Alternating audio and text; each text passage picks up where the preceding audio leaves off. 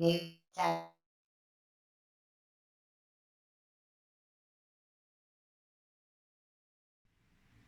everyone, it's Andy Tech from Check New Tech. And if you have a monitor like this, but you don't have a lot of space, or maybe you just want something really compact, you might want to turn this into an all-in-one. And the best way to do that is to buy one of these Pocket PCs. And today we are going to unbox this Pocket PC. So it is what it really says. It actually does fit in your pocket, but it's a lot more than that. This little tiny handheld device actually has a quad-core Z8350 processor. It's got 4 gigs of RAM, and it's got a 64 gig solid-state drive built in, along with a Wi-Fi adapter. This is the W5 Pro, and I'm going to go ahead and unbox this today.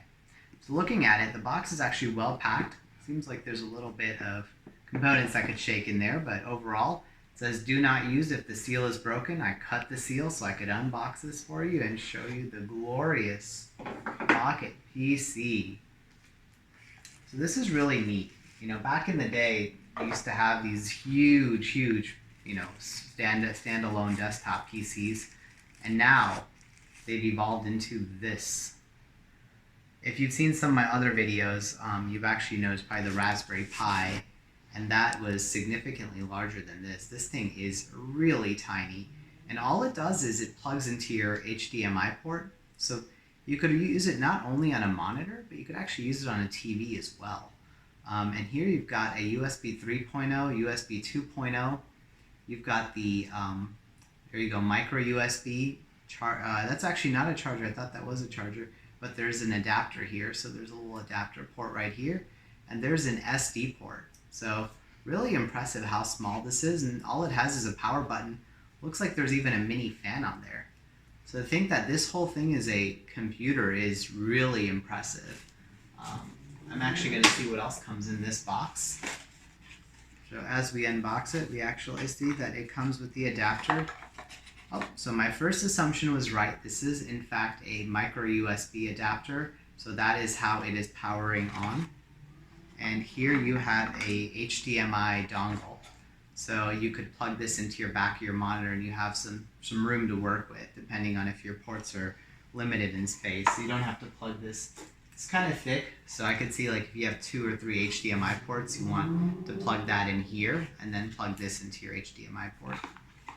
And here we have some instructions on the mini PC usage. So you have a quick start guide here and some instructions of how to get started with this. Believe it or not, these actually ship with Windows 10. And for the cost of $130 to $150, you're going to pay about $90 just for a license of Windows. The fact that you actually get Windows 10 included in this is pretty impressive. So I'm going to take this, plug it into my monitor, and I'm going to show you what it looks like. But first impressions are really positive so far. Looks really nice. I can't believe how small it is. I know I'm going to keep saying that, but this is an entire PC, guys. So you could turn your monitor into an all-in-one with just $120 to $130 device, which is pretty crazy. And we're going to go ahead and take a look at it. So guys, this was my initial unboxing of the Pocket PC. Now for the next part of this video, I'm actually going to plug it in and show you what it looks like, and I'm going to give you some of my initial impressions and my final rating on it. Okay guys, so I'm actually going to plug this in. I set this up on my second HDMI port for my monitor. If you only have one HDMI port and that's your only PC, totally cool. I actually have a laptop connected as well. So I went ahead, plugged it in. Don't know if I have to do anything else, but I'm going to try this power button here. See if that does the trick here. Still doesn't look like it's detecting. Maybe I have to hold it in for a second or two. Okay, now I see a blue light on there. Looks like it is starting up. See Terryza. I believe that's the brand of it. You could plug you could plug in a power cable. Power cord, did that. USB keyboard and mouse if you need to, then you turn it on. Just so you guys know, it does have 2.4 gig and 5 gigahertz Wi-Fi AC. So it is fairly fast in terms of the Wi-Fi speed. It supports Bluetooth, 4K HD resolution, and the USB keyboard and mouse. So pretty cool. It actually booted up, and this is Windows 10 right there. So I've just converted a monitor into a all-in-one PC with this little gadget here, which is really neat. See how long it takes to boot up. There we go. So I'm going to go ahead and set this up here. All right, guys, so in about 5 minutes, this completed its setup. And here you could see the Internet Explorer had opened up by default. It didn't take that long. I've definitely had some laptops that have been a lot slower than this in its setup. And so far, I've just been going around and browsing a few things, and I've noticed, menus pop up fairly quickly. Pretty neat. All right, guys, so I'm just going to show you some general browsing here. It does come with Windows 10 Pro, in case you're wondering what OS this one has.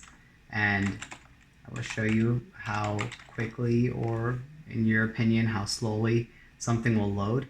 This just, got set up, but doesn't seem like the fastest PC out there. It is still loading. I actually have an AC router, AC 1900, so seems like it's loading a bit slower than I thought here. Seems like the Microsoft websites load really fast, and then third-party ones load a little slower.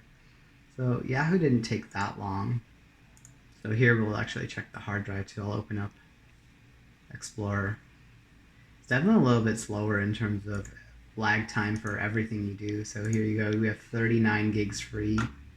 This is 4 gigs of RAM, 1.44 gigahertz quad-core processor. So definitely not going to be your fastest PC out there. All right, so one key change you have to make when you're using this is you have to put Edge on here, because Internet Explorer is just so outdated and so choppy, it doesn't load properly. So now when I go to a website like YouTube, which is a pretty intense media site, takes a little bit of system resource usage, it actually loads at a decent speed, but you could tell it's not nearly as fast as, quad-core i5 or anything like that. But it's good enough, and you could click on a video and it should play without any major issues. But like I said, it just takes a few minutes more than not a few minutes, but a few seconds more than I thought. But here you go, you could actually see a video playing, and it's in relatively good speed. It actually could play full screen. I think we could do full screen resolution here with it too. It could support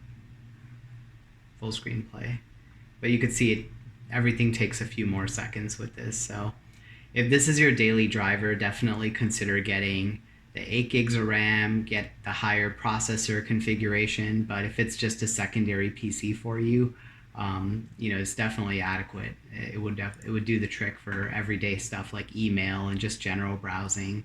But even if I go to another website, like if I go to CNN, for example, you'll see it takes a few seconds for it to load. I think we're so spoiled with having everything load in a second or two, so this just takes a little bit longer overall. And even something as simple as opening up the File Explorer, I clicked on that and it took 3 or 4 seconds of lag. So that's going to be a little bit annoying, like I said, if you use it as a daily driver, but as a secondary PC it's completely fine. The other thing to keep in mind is it does not have speakers. It's not like a laptop or anything, so you do have to either use a USB sound device, or you have to use a built-in. If it's built into your monitor or your TV, you could probably use that through HDMI, but for the most part, that's another thing to consider with these types of PCs, these pocket PCs. But overall, because it's so small, the size factor, it's limited in terms of its power. But if you are going to spring for one, it wouldn't hurt to just spend the extra $20 to $30 and get an upgraded configuration on this. All right, everyone. So after using this for a while, I noticed a lot of things. One is it is really, really small. I've stressed that so many times in this video, and it absolutely is. It fits in your hand. It's really cool. It's compact. It's nice to take around.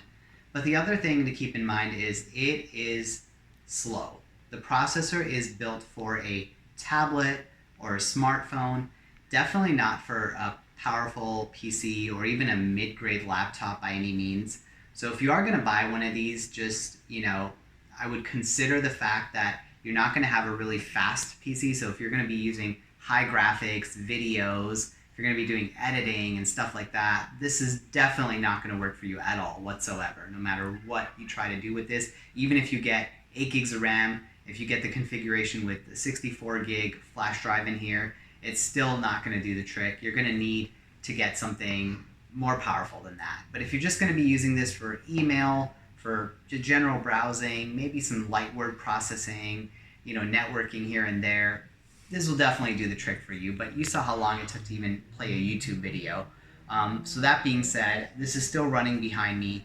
It's cool to have as a secondary, as a backup PC, but definitely not your daily driver. If you want to maybe add some options to your TV and maybe turn your TV into a PC, or turn your monitor into an all-in-one, or have it as a secondary option like I have behind me, I would recommend spending $130 on this. But if you're really looking for a standalone PC, get a desktop or a laptop and just hook it up to your monitor, because that would be your best bet. You're probably going to spend another $150 more, double the cost of this, but I'm just trying to see what a real practical use of this would be. So for my final tech score, I gave this a 6.2 out of 10.